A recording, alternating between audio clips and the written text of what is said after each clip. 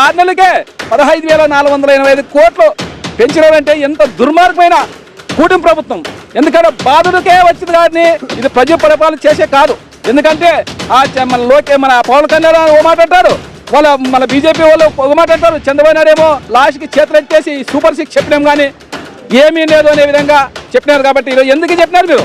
నువ్వా 14 ఏళ్ళు ముఖ్యమంత్రి, అనుభవమైన వ్యజ్ఞుడు నువ్వు చంద్రబాబు నాయుడు. నీకు తెలుదా సూపర్ 6 నువ్వు ఇచ్చేటప్పుడు మాట ఇచ్చేటప్పుడు నీకు తెలుదా రాష్ట్రం ఎంత బడ్జెట్ ఉంది, ఎంత ఇన్కమ్ ఉంది అనే విధంగా నువ్వు అవన్నీ మర్చిపోయి నీవు కేవలం కుర్చీలో కూర్చునే విధంగా నువ్వు ఆ రోజు వాగ్దానాలు ఇచ్చి ప్రజలకు వాగ్దానాలు ఇచ్చి నువ్వు ఈరోజు నేను నాతో డబ్బులు లేవంటే ఇనే ప్రసక్తి లేదు.